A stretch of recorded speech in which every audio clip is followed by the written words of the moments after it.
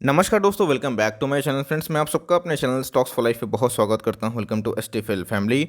Dear family members, आज हमें त्राहिमाम देखने को मिला निफ्टी में, बैंक निफ्टी में, और बात की जाए सेंसेक्स में 9 महीने दोस्तों, बात की जाए 9 महीने से होने वाली सबसे ज़्यादा गिरावट हमें देखने को मिली।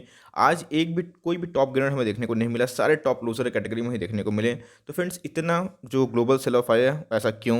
और दोस्तों, भारतीय मार्केट की बात की जाए तो भारतीय मार्केट आज कुछ ज़्यादा ही वीक देखने को मिल रहा था। और बात की जाए बैंक निफ्टी, तो भाई कुछ ज़्यादा ही गिरावट देखने को मिली। दोस्तों, इसमें कोई भी डाउट नहीं है कि बात की जाए क्रैश के बाद निफ्टी ने जो शार्प रिकवरी करी है, वो दोस्तों अपने आप में चौंकाने वाला है।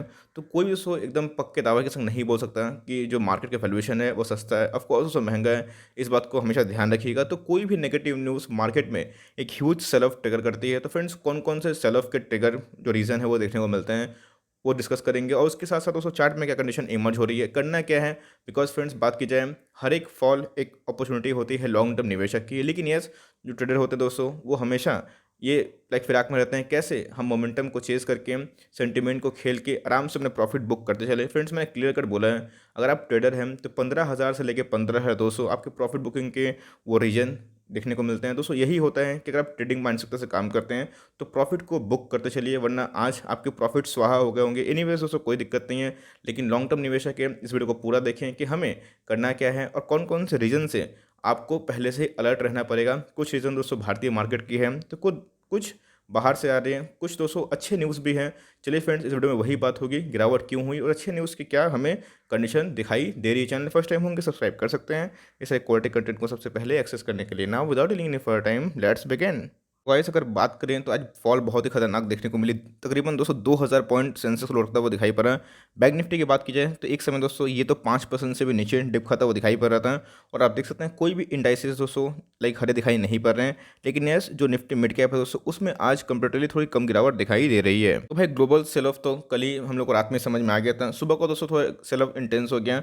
एसजीएस निफ्टी की बात की जाए तो 655 पॉइंट लौटता हुआ दिखाई पड़ रहा है। लेकिन दोस्तों, आप देख सकते हैं कि डैक्स है, फुटसी है, सीएसई है, वो उतना डीप करेक्शन देखने को नहीं मिल रही है। यस, कल वीक थे दोस्तों, आज भी वीक देखने को मिल रहा है। लेकिन आज आपको पता है कि जीडीपी के नंबर्स देखने वाले हैं, तो बहुत ऐसे लोग हैं जो अपने प्रॉफिट को बुक कर रहे हैं। आपको पता है कि जीडीपी के नंबर दोस्तों अगर उछल कूद होते हैं, थोड़ा सा ऊंच नीच होते हैं, तो मार्केट ने बहुत ही अनुमान लगाया है कि पहले से बेटर हो सकते हैं। मूडीज़ की बात की जाए, वर्ल्ड बैंक की बात की जाए, तो सबने बोला है कि भारत बहुत ही अच्छे से रिकवर होता हुआ देखने को मिलेगा। लेकिन दोस्तों, अगर थोड़े से ऊंच नीच हो जाएंगे तो प्रॉब्लम हो सकती है। आपको पता है कि एनएसई में टेक्निकल में जो ग्लिच थे दोस्तों, उसकी वजह से बहुत लोगों ने पोजीशन को स्कोर ऑफ नहीं कर पाया। एक्सपायरी के बाद दोस्तों ये चांसेस ही थे, मैंने आपको बताया भी था कि इधर पे बहुत लोग अपने पोजीशन को स्कोर ऑफ नहीं कर पाए हैं, जिसकी वजह से आज फ्राइडे का दिन था तो थोड़ा सा दोस्तों जो सेल ऑफ ट्रिगर ज़्यादा होते हुए देखने को मिल रहे हैं। तो कहाँ पे आके इनका सपोर्ट बन सकता है और उसको करना क्या है, और कौन कौन सी वो खबर आ रही है जिसकी वजह से आपको एकदम अलर्ट हो जाना है। तो वैसे आप देख सकते हैं कोरोना वायरस थमा है थोड़ा सा, लेकिन मरा नहीं है। और उसको बीच बीच में एकदम इसमें उछाल देखने को मिलती है। बात की जाए यूके में दोस्तों, तो हमें कोरोना वायरस के स्ट्रेन देखने को मिल रहे हैं। और फ्रांस में क्या देखने को मिल रहा है, आप देख सकते हैं कि पेरिस में जो पेरिस गवर्नमेंट है 3 वीक का लॉकडाउन कैपिटल में इन्हेंस कर दिए हैं। आपको पता है कि कंडीशन दोस्तों भारत में भी ठीक दिखाई नहीं पड़ रहे हैं। महाराष्ट्र हो या फिर पंजाब या फिर बहुत ऐसे रीजन हैं, ऐसे हमारे स्टेट्स है जहाँ पे लॉकडाउन फिर से लगने की बात हो रही है। मीन्स जहाँ पे एडवर्स इफेक्ट देखने को मिल रहे हैं, जहाँ केसेस ज़्यादा बढ़ गए हैं, उधर पे ही हमें लॉकडाउन की खबरें देखने को मिल रही। तो मेरे हिसाब से दोस्तों ये मार्केट के सेंटीमेंट को थोड़ा बिगाड़ रही है। उसके दोस्तों को पता है कि बीच में हमें बॉन्ड मार्केट के बारे में बहुत सारे न्यूज़ खबरें देखने को मिल रही है कि बॉन्ड यील्ड बढ़ रहे हैं, जिसकी वजह से हमें मार्केट का सेंटीमेंट खराब देखने को मिल रहा है। दोस्तों, बॉन्ड यील्ड क्या होते हैं, है ना? सिंपल सी बात है, बॉन्ड यील्ड जो होते हैं यूएस में ट्रेजरी जो बॉन्ड यील्ड है उसको गवर्नमेंट इशू करते हैं, एक फिक्स्ड रेट पे लोगों को देते हैं और उसके अगेंस्ट में लोग उसको खरीदते हैं कि भाई उनको एक फिक्स रिटर्न मिलेगा, चाहे वो 5 साल हो या फिर 10 साल हो। लेकिन दोस्तों, जैसे ही आपको पता है कि इन्फ्लेशन बढ़ने लगता है, तो जो बॉन्ड जो रेट है दोस्तों, बात की जाए वो भी हमें उछल कूद देखने को मिलती है।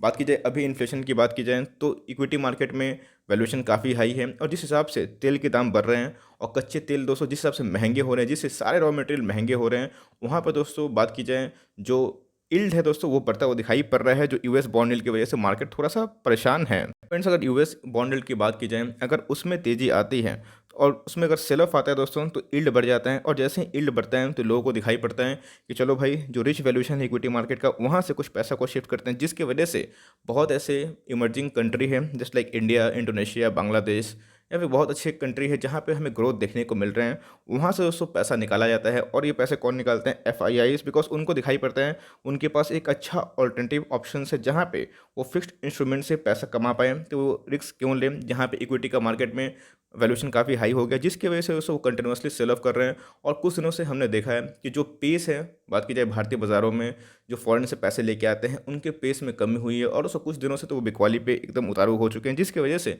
मार्केट में बॉन्ड यील्ड को लेके बहुत बात हो रही है। लेकिन दोस्तों यस, ये परमानेंट नहीं होता है, इस बात का ध्यान रखिएगा।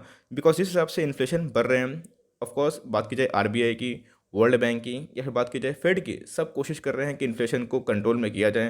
बिकॉज क्रूड की बात की जाए तो बहुत ऐसे जानकार हैं, वो ये भी मान रहे हैं कि जो पर बैरल है दोस्तों वो $100 भी जा सकता है। तो आप समझ सकते हैं अगर ये कभी पॉसिबल हो पाया, क्योंकि होगा या फिर नहीं होगा तो वक्त बताएगा, लेकिन अगर ये कभी हो पाया दोस्तों तो आप समझ लीजिए कि मार्केट में बहुत ही ज़्यादा इन्फ्लेशन बढ़ने वाला है, जिसकी वजह से सारे जो रॉ मटेरियल है जो क्रूड से संबंधित है या फिर इनडायरेक्टली संबंध रखते हैं उन सब में इजाफा होगा, जिसकी वजह से मार्केट में दोस्तों थोड़ा सा हमें सेल ऑफ देखने को मिल सकता है। दोस्तों बात की जाए जीडीपी के नंबर्स भी हमें देखने को मिल सकते हैं, जो अगर मीन्स ब्रोकर्स की मानी जाए दोस्तों तो on an average economist eight almost all the rating agency and brokerage है फॉरकास्टेड 0.4 to 0.7 positive growth for the economy that has contracted a record high by 23.9% in the first.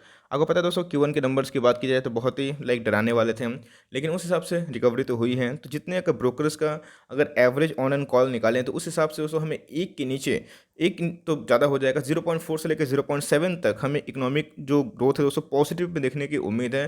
तो फ्रेंड्स इसकी वजह से भी नंबर्स कैसे आएंगे, अनुमान से बेटर आएंगे या फिर गिरावट देखने को मिलेगी। आपको पता है कि आज भाई लास्ट ट्रेडिंग डे था, उसके बाद 2 दिन हमें छुट्टी मिलेगी। तो बहुत ऐसे लोग हैं जो ओवरनाइट पोजिशन में बहुत डर लगता है उनको, तो वो मुनासिब समझे कि भाई जहाँ बैंकों में रैली आई है, फिनेंशियल सेक्टर में रैली आई है, चलिए उसको थोड़ा प्रॉफिट बुक किया जाए, जिसकी वजह से ये भी एक एडिशनल चीज़ है। और उससे ये भी हो सकता है कि नंबर्स बहुत अच्छे आ जाएँ या फिर बहुत ख़राब आ जाए या फिर एवरेज आ जाए।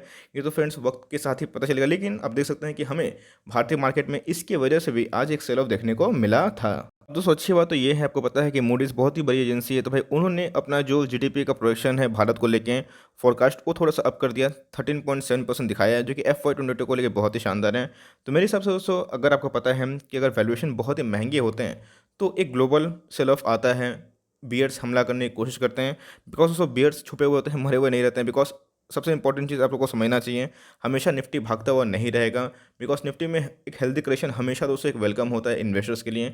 और अगर मार्केट भागता रहे, आप अगर टेस्ला का स्टॉक भी देखें तो पिछले कुछ दिनों से पिटाई खाते हुए देखने को मिल रहा है।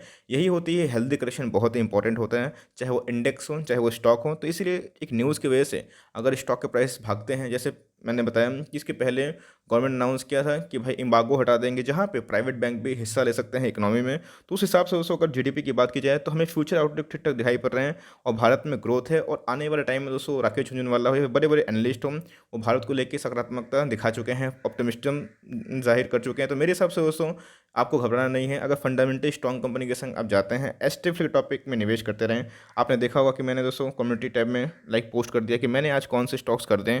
तो अच्छे स्टॉक्स हैं, डेफरी कंपनी है जिनके भारत में नीड है और आगे भी रहेंगे, तो उतना डरने की बात नहीं है। एटलीस्ट 15% 10% करेक्शन में उधर बाइंग करते चलिए। और अपना एसआईपी को तो रोकना नहीं है, बिकॉज बहुत ऐसे एनालिस्ट हैं जो निफ्टी को 4-5 हज़ार पर देख रहते हैं, लेकिन निफ्टी ने सबको सरप्राइज कर दिया। अब ऐसा नहीं है कि निफ्टी यहाँ से 15,000 20 हज़ार नहीं जाएगा फिर गिरेगा नहीं, दोनों पॉसिबिलिटी हो सकती है। तो आपको दोनों को ले चलिए कि भाई हमें प्रिपेयर होना है बेस्ट के लिए और गुड के लिए हमें होप करना है। तो मेरे हिसाब से दोस्तों आपकी एसआईपी रुकनी नहीं चाहिए। फंडामेंटली अच्छी कंपनी है भाई, उधर पे निवेश करते रहो। लेकिन दोस्तों मैंने आपको बता दिया कि बहुत सारे न्यूज़ की वजह से मार्केट थोड़ा सा निवेश खराब है। एक तो कोरोना वायरस की वजह से बहुत जगह पे लॉकडाउन की न्यूज़ हमें देखने को मिल रही है। दूसरा यूएस के जो बढ़ते हैं बॉन्ड यील्ड की वजह से मार्केट का सेंटीमेंट थोड़ा सा हिला हुआ है। और तीसरा दोस्तों हमें एक जीडीपी के नंबर्स भी देखने को मिल सकते हैं। तो ये सब बहुत ही एक इम्पॉर्टेंट रोल प्ले करते हैं, जहाँ पे एफआईएस अपने पैसे के इनफ्लो को बढ़ाते हुए कमाते हैं। ये सेम बात को मैं तो मानता हूँ, एडमिट करता हूँ कि एफआईएस मार्केट को चलाने में बहुत अहम मीन्स भूमिका प्ले करते हैं। मुझे पता नहीं कि एफआईएस ने आज बाइंग करी है फिर सेलिंग करी है, बट दोस्तों एफआईएस की बात की जाए अगर वो सेल ऑफ करते हैं तो भाई मार्केट त्राहिमाम मचाता है। अब देखना बनता है कि आज के डेटास क्या आ रहे हैं, एफआईएस ने आज क्या रोल प्ले किया है, क्या उन्होंने बिकवाली ज़्यादा करी है या फिर दोस्तों DIS ने भी उसको थोड़ा सा सपोर्ट कर दिया है। तो मेरे पास डेटा अवेलेबल नहीं है, लेकिन जैसे ही आता है फ्रेंड्स मैं आपको अपडेट कर दूंगा। एनीवेज दोस्तों यही सब कारण थे, तो मैंने आपको बता दिया कौन कौन से कारण की वजह से मार्केट में आज क्रैश देखने को मिला। आई होप दोस्तों ये वीडियो आपके लिए इन्फॉर्मेटिव है। अच्छी लगी वीडियो तो एक लाइक कर दीजिएगा, चैनल फर्स्ट टाइम होंगे तो सब्सक्राइब कर सकते हैं। फर्दर कोई डाउट है उसको ड्रॉप करना ना भूलें, और कोई स्टॉक का रिव्यू चाहिए उसका नाम भी ड्रॉप कर सकते हैं। I would love to make a video on your demand. तो गाइस मिलते हैं जल्दी ही, तब तक के लिए bye. Thanks for watching friends, God bless you all.